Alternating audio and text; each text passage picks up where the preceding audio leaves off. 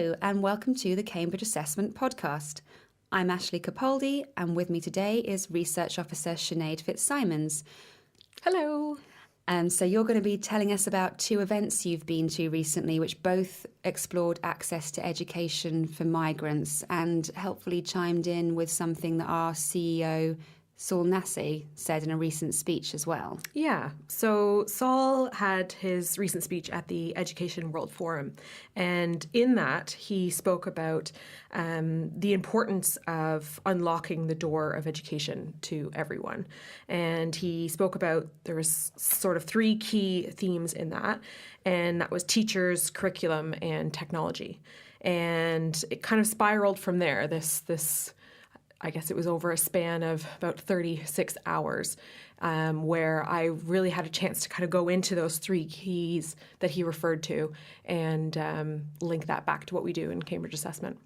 Cool. So you work within the curriculum strand of the assessment research and development team at Cambridge Assessment, don't you? Yes. And some of the projects that we're doing at the minute are really looking at how you can widen access to quality education.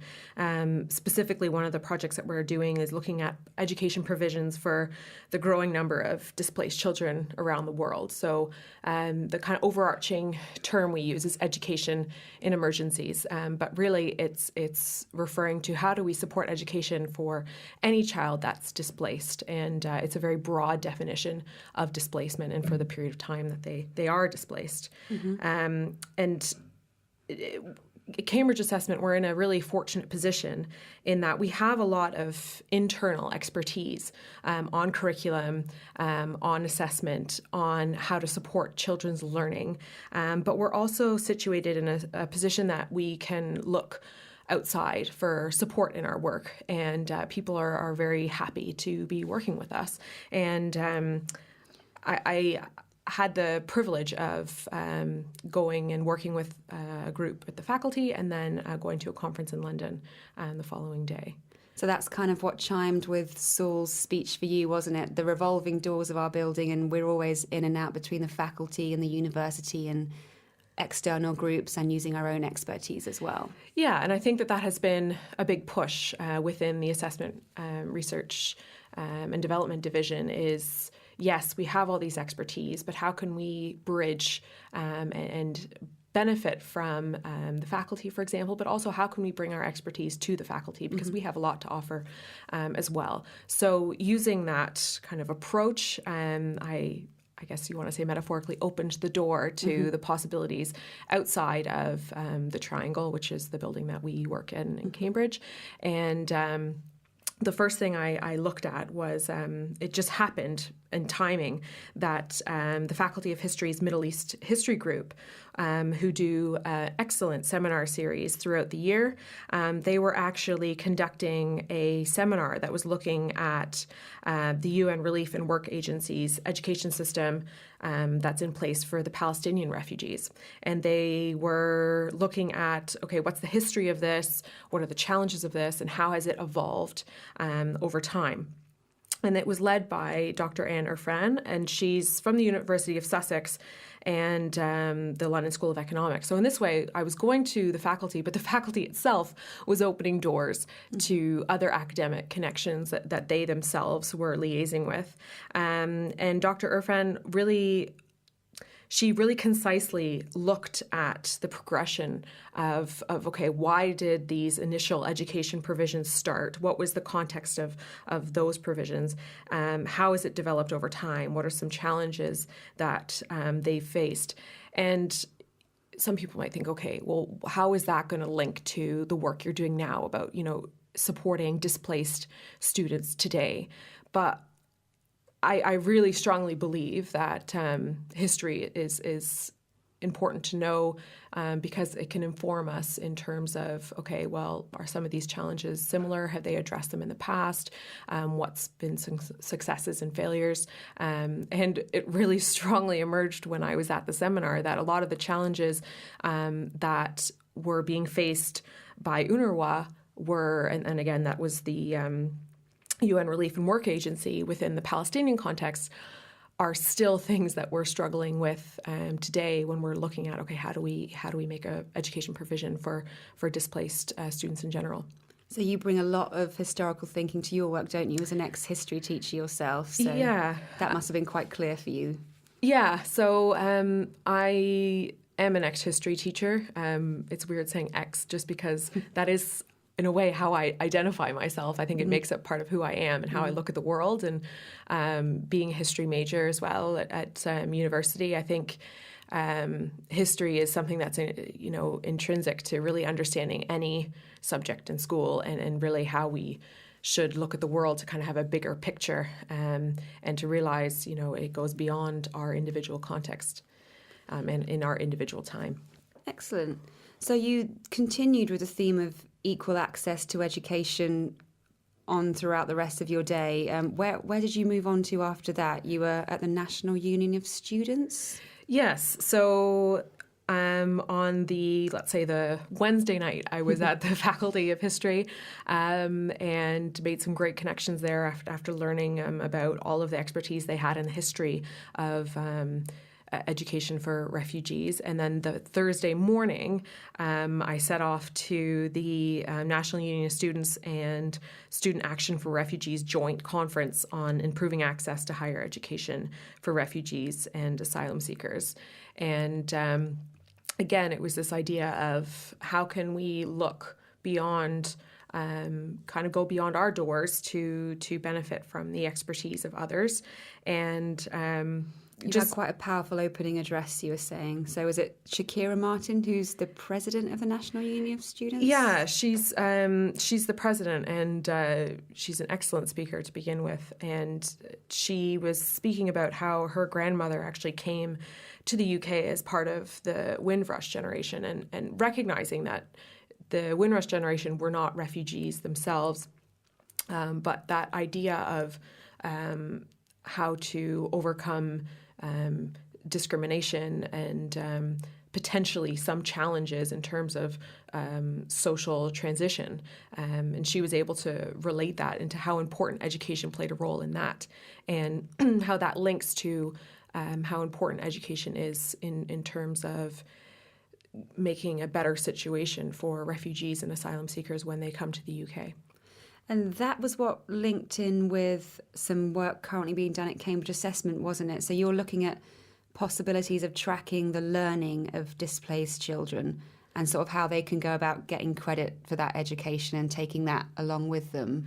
Yeah, so we're looking at a project, and it's very much in the evolutionary phase. And we're looking at how can we support learners in displaced contexts to have access to quality education. So going back to Saul's really key message of his speech, and also how do we ensure as these displaced learners who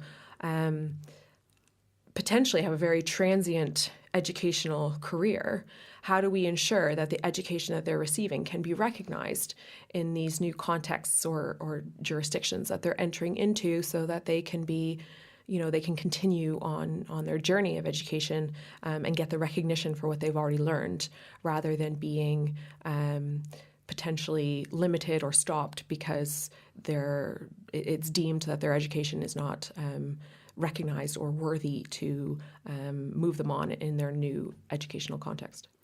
And you also mentioned that there are quite a few other projects that you learnt about. So Yeah. the Cambridge Trust is doing something? Yeah, so I spoke with Michael Stone, who was at the conference as well, and it was really rewarding to hear about, actually Cambridge is succeeding in a lot of things in terms of how to support refugee and asylum seeker students.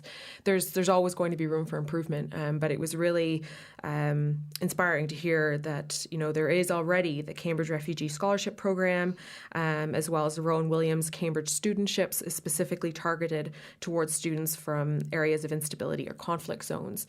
However, he did mention there is some discontinuity between the scholarships are available, but ensuring that the students are accepted into the colleges is a challenge.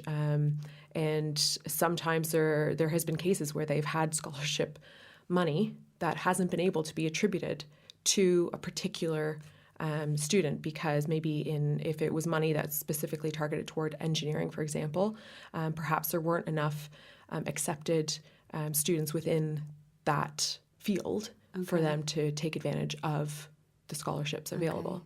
So we all need to be connecting together a little better, don't we? Yeah, and it goes back to the importance of making sure that prior education is A, of quality, and B, recognized. That came out strongly in the conference, is that, sometimes students have prior education, but they may need perhaps a bridging course to kind of connect it to the UK curriculum, or they may not have documentation of their prior education, which UCAS is making strides to try to support, but it's still a challenge. And that's something, as Cambridge Assessment as an exam board, could play a role in looking at possibilities and potentially modeling something in the future. Yeah. And you also learnt about the OLIVE programme. So that was Dr. Lanasma from University of East London. Yeah, and they're doing a really innovative program, and they're not the only ones. They have actually modeled this for 2 other universities who are now delivering it based on the model that they've created. But it's a program that supports some of those challenges that you mentioned that refugees and asylum seekers face. So in terms of how do they navigate the system, how do they, how does the post-secondary system work in the United Kingdom? And that can be from, okay, well, what does a normal week look like? What are the learner expectations? What are the even just oracy expectations? So helping them with that and gaining that confidence, and also so they know what options are out there. Another thing that Michael Stone from Cambridge Trust mentioned was a challenge is that some students will not apply for certain universities because they think that it's not ever going to be an option for them, maybe because of the fiscal demands to attend the institution. So the door, going back to the doors again, the door is felt to be closed, even though actually there is alternatives and there is support. And, it's easy when you're within a context to think, oh, this is straightforward. But actually, when you go somewhere else and you realize how complicated it actually is, and sometimes the challenge is how do we step ourselves outside of our context so that we can really understand what are the obstacles here that people coming from non-UK contexts will face. So how do you think our work at Cambridge Assessment can help in this area? It seems there's quite a lot going on and quite a few things need to be connected up still. Where do you see us fitting in? So I think the first thing that really became clear is that we can't solve all of the challenges at once. And our current work that we're doing and looking at learning progressions for displaced children is it's an important part of the puzzle, but it's just one piece. And it's important that we understand that although each piece needs to be done with as best quality as possible, the entire puzzle isn't going to take shape at once. Right. And we have a growing network in Cambridge Assessment, and that puts us in an excellent position to tackle some of these challenges. And returning again to that idea of the metaphor of a revolving door, we have the expertise within our organization, as well as the wisdom to know when to look beyond our walls, and whether that's down the road to the brilliant minds of the faculty or whether that's further afield. And I strongly believe that as long as we keep opening those doors to new ideas, new perspectives, new voices, as well as keeping an eye on the past and where the situation has come from, as well as where our thinking has come from, we'll be moving in the right direction to open the doors for, hopefully, education for everyone. Excellent. Thank you very much, Sinead. Thanks for having me. And thank you all for listening to the Cambridge Assessment podcast. You can find more on our website. That's www.cambridgeassessment.org.uk. Just search for Podcast Gallery. And we're also on iTunes.